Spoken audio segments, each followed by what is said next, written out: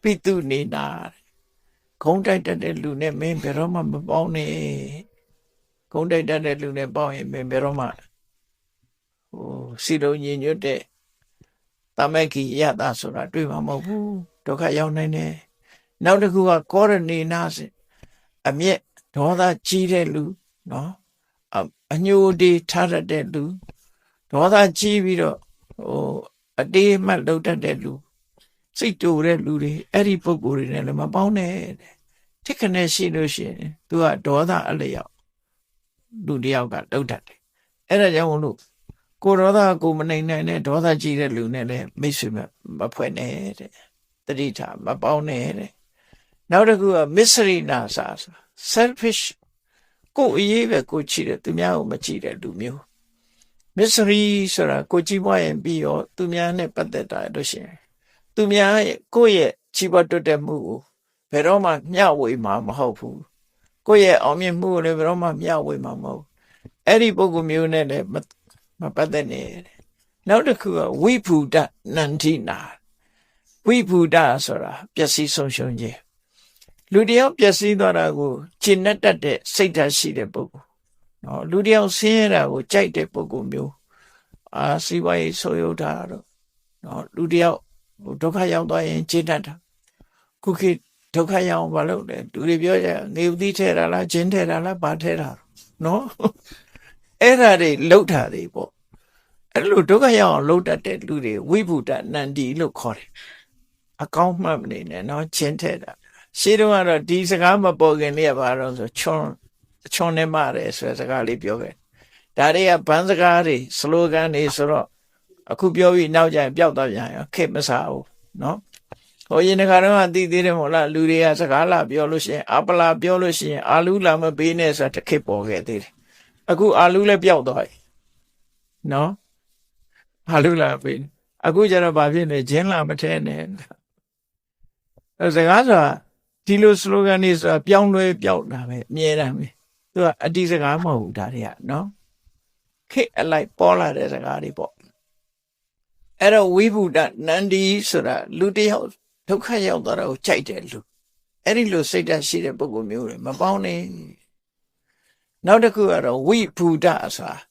တယောက်နဲ့တယောက်စီးလုံးညီညွတ်မှုမရှိတာကိုသဘောကျတဲ့လူဆိုတာဒါကတော့ပေတုနာနဲ့သွားပြီးတော့တူတယ်ခုနကပျက်စီးတာကိုကြိုက်တယ်ဆိုတဲ့အဓိပ္ပာယ်ကတော့ပို့ပြီးတော့အဆင်ပြေတယ်ပေါ့နော်အဲ့တော့ရှင်အနန္ဒာကမပေါင်းရမဲ့လူ၄မျိုးဆိုတဲ့အနေအထားကိုဖော်ပြတယ်ပိတုနာဂုံတိုက်တတ်တဲ့လူလည်းမပေါင်းနဲ့ကောဒနာဒေါသအမျက်ကြီးတဲ့လူလည်းမပေါင်းနဲ့မစ္စရိကိုကျိုးရှာတဲ့လူလည်းမပေါင်းနဲ့ဝိဗုဒ္ဓနာနီတစ်ဖက်သားဆွေးပြပြသွားမဲ့ပုဂ္ဂိုလ်မျိုးတွေအဲ့ဒါကိုကြိုက်တဲ့ပုဂ္ဂိုလ်တွေနဲ့လည်းမပေါင်းနဲ့တခိတံနာဂရိယပန္တိတောပညာရှိတဲ့ပုဂ္ဂိုလ်ဟာသူတို့လိုပုဂ္ဂိုလ်တွေနဲ့မိတ်ဆွေမဖွဲ့နဲ့တဲ့ဘာကြောင့်မိတ်ဆွေမဖွဲ့နဲ့လို့ပြောရတော့ဆိုတော့အကြောင်းလေးကပါပောကာပုရိသေနသင်္ကမောကာပုရိတဆိုတာသပုရိတဆိုတာသူတော်ကောင်းကာပုရိတဆိုတာလုံးအောက်တန်းကြတဲ့ရှင်စရာကောင်းတဲ့လူမျိုးလို့ဆိုလို့တယ်ပေါ့ကာဆိုတာဆက်ဆက်ဖွဲ့ကောင်းတဲ့အောက်တန်းကြတဲ့ပုဂ္ဂိုလ်မျိုးစိတ်ဓာတ်အနေနဲ့အောက်တန်းကြတယ်ဒါကြောင့်မို့ပါပောကာပုရိသေနသင်္ကမောဒီလိုစိတ်ယုံမှရှိတဲ့ပုဂ္ဂိုလ်တွေနဲ့ပေါင်းလို့ရှိရင်တဲ့လူဟာဒုက္ခရောက်သွားနိုင်တယ်ဒါကြောင့်မပေါင်းမှနဲ့လို့ဒါရှင်းနေတာမပေါင်းရမယ့်ပုဂ္ဂိုလ်တွေကိုပြောတာဒါဖြင့်ပေါင်းရမယ့်ပုဂ္ဂိုလ်တွေကဘယ်သူတွေတုံးတတေနသပေတလေနသပညာဝတ္တဘဟုတုတေနသတခိတံကရိယပဏိတောဘဒ္ဒောတပုရိသေနသင်္ကမောဘယ်လိုပုဂ္ဂိုလ်တွေနဲ့မိတ်ဆွေဖွဲ့ရမလို့တတ္ထေနာကံတရားကိုယုံကြည်တယ်ကံတရားရဲ့အကျိုးကိုယုံကြည်တယ်ယရဏသုံးပါးရဲ့ဂုဏ်ကိုယုံကြည်တယ်လက်ခံတယ်တတ္ထာဆိုကိုလို့ထာကိုတောင်းဝန်ယူတယ်ဆို responsible ကံကံဤကျိုးလက်ခံတယ်ဆို responsible ဖြစ်အဲ့လိုပုဂ္ဂိုလ်မျိုးတွေကံကံဤကျိုးကိုယုံကြည်သူဖရာတရားတန်ခါကိုင်းဆိုင်သူလို့ဒီလိုဆိုလို့တယ်ပေါ့နော်အဲ့ဒီပုဂ္ဂိုလ်မျိုးကမှကောင်းတဲ့ဘက်ကိုလှုပ်လို့ရှိတာဟုတ်ရှင်ထဲမှာသရာရှိတဲ့ပုဂ္ဂိုလ်မျိုးတွေကိုပေါင်းပါတဲ့ပေတလေနစာ ကိုချင်းတရားကိုမျက်နှိုးတယ်စီကံဥပဒေကိုမျက်နှိုးတယ်လောကမှာဒီလူဆိုတာဟာသိက္ခာရှိနေတတ်တဲ့လူရှိတယ်သိက္ခာမဲ့တဲ့အလုပ်တွေကိုလုပ်တဲ့လူရှိတယ်သိက္ခာရှိနေတတ်တဲ့ပုဂ္ဂိုလ်ပေဒလလို့ခေါ်တယ်ပေဒလဆိုတာကိုချင်းတရားကိုမျက်နှိုးနော်ကိုချင်းတရားကိုမျက်နှိုးတယ်လူဆိုတာဂုဏ်သိက္ခာရှိနေရမယ်ကိုချင်းတရားကောင်းမွန်ရမယ်ethics ဆိုတဲ့ကျင့်ဝတ်နည်းတွေကိုလိုက်နာတဲ့ပုဂ္ဂိုလ်မျိုးတွေကပေဒလလို့ခေါ်တယ်ဘယ်အခါဖြစ်ဖြစ်မဟုတ်တာမလုပ်ဘူးကိုချင်းသီလရှိဂုဏ်သိရှိ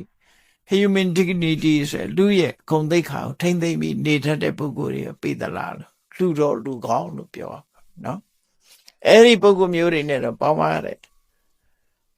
ပညာဝတ္တာအသိပညာကြီးမားတဲ့ပုဂ္ဂိုလ်တွေပေါင်းပါတဲ့ပညာကြီးမားတဲ့ပုဂ္ဂိုလ်ပေါင်းမှကိုယ်မှအသိပညာတွေတိုးမှဖြစ်တယ်နောက်တစ်ခုကဘ ਹੁ တုတေနစာဘ ਹੁ တုတဆို general knowledge ကိုပြောတာအထွေထွေဘ ਹੁ တုတကျမ်းမာရေးဘ ਹੁ တုတပဲဖြစ်စေစီးပွားရေးဘ ਹੁ တုတပဲဖြစ်စေပညာရေးဘ ਹੁ တုတပဲဖြစ်စေလောကီရေးဆိုင်ရာဘ ਹੁ တုတပဲဖြစ်စေလောကုတ္တရာဆိုင်ရာဘ ਹੁ တုတပဲဖြစ်စေတတိနားလေတဲ့ဘ ਹੁ တုတများတဲ့ပုဂ္ဂိုလ်လောကမှာတုတ္တဆိုတာအမြဲတမ်းအရေးကြီးတာတုတ္တဆိုတာအမြဲတမ်းအရေးကြီးလို့ကျောင်းနေတက္ကသိုလ်တွေဖွင့်ပြီးတော့သင်တာဟာဘာသင်တာတော့ဆိုဒီတုတ္တကိုသင်တာပဲ subject matter တွေကိုသင်တာဒါကိုပညာသင်တယ်လို့ခေါ်နေကြတာပညာမဟုတ်သေးဘူး subject matter တွေကိုသင်တာအကြောင်းအရာတွေကိုသင်တာအကြောင်းအရာတွေကတုတ္တနေပဲဘာမလုပ်ရဘူးဘာလုပ်ရမလဲဆိုတာဒါတွေကတုတ္တတွေအယောင်းဝဲဆိုတာဘယ်လိုလုပ်ရတယ်ဘယ်လိုမလုပ်ရဘူးကိုချင်းတရားနဲ့ဘယ်လိုဆက်ဆံရမလဲဘယ်လိုလုပ်ရတယ်လုပ်ငန်းခိုင်တာတွေရဲ့အကျိုးအကြောင်းသင်ပြတာဆေးပညာဆိုရင်ဆေးပညာနဲ့ပတ်သက်တာတွေသင်ပြတာဒါတွေကတုတ္တတွေကြီးပဲအဲ့ဒီပုံမှာလက်တွေ့အသုံးချနိုင်တဲ့ wisdom ကျမှပညာလို့ခေါ်တာဒါကြတော့ knowledge သင်ထားတဲ့ဟာအဲ့ဒီသင်ထားတာဒီအကြောင်းအရာအချက်လက်တွေကိုသိတာပဲဒါတွေကိုလက်တွေ့အသုံးချပြီးဆိုတော့မှပညာအဲ့ဒါလို့ပညာရှိတဲ့ပုဂ္ဂိုလ်ဟာအရာရာမှာစဉ်းစားဆင်ခြင်တတ်တယ်နော်စဉ်းစားဆင်ခြင်တတ်တယ်လှုပ်သင်တာနဲ့မလှုပ်သင်တာပြောသင်တာနဲ့မပြောသင်တာသွားသင်တာနဲ့မသွားသင်တာအရာရာမြော့ခေါ်ပြီးတော့ကြည့်တတ်တယ်အဲ့ဒီလိုပညာရှိတဲ့ပုဂ္ဂိုလ်ဘောဓုတရှိတဲ့ပုဂ္ဂိုလ်မျိုးနဲ့ပေါင်းပါတဲ့အဲ့ဒါကြမှာကိုယ်မှာပညာလဲတိုးမယ်ဘောဓုတလဲတိုးမယ်ရှင်တဲ့ကသရတရားရှိသည့်အတွက်ကြောင့်သူ့ကိုအကြောင်းပြုပြီးကိုယ်မှာလဲရှင်တဲ့ကသရတရားတွေရှိကိုချင်းတရားကောင်းမွန်တဲ့ပေါင်းတော့ကိုယ်လဲကိုချင်းတရားတွေကောင်းမွန်လာတယ်ဆိုအကောင်းဘက်ကအချွေဒါကြောင့်မို့တခိတံကရိယပဏိတောအသိဉာဏ်ရှိတဲ့ပုဂ္ဂိုလ်ကအဲ့လိုပုဂ္ဂိုလ်နဲ့မိတ်ဆွေဖွဲ့ပြီးနေထိုင်ပါတဲ့ဘာကြောင့်လို့ဆိုဘဒ္ဒောတပ္ပုရိသေနသင်္ကမောတဲ့အဲ့လိုလူတော်လူကောင်းနဲ့ဆုံစည်းလက်တွဲခြင်းဟာကောင်းကျိုးချမ်းသာတွေရနိုင်ပါတယ်တို့ဆိုလောကမှာကောင်းကျိုးချမ်းသာရဖို့ဆိုတဲ့နေရာမှာအပေါင်းအသင်းတို့ဒါတွေအသိအရေးကြီးတယ်ပေါ့နော်အဲ့ဒါကြောင့်မို့ဒီအချက်ဒီစကားနှစ်ရပ်ကိုရှင်နန္ဒမထေရမြတ်ကစတင်ပြီးတော့ယဟန်တွေကိုဩဝါဒပေးတာ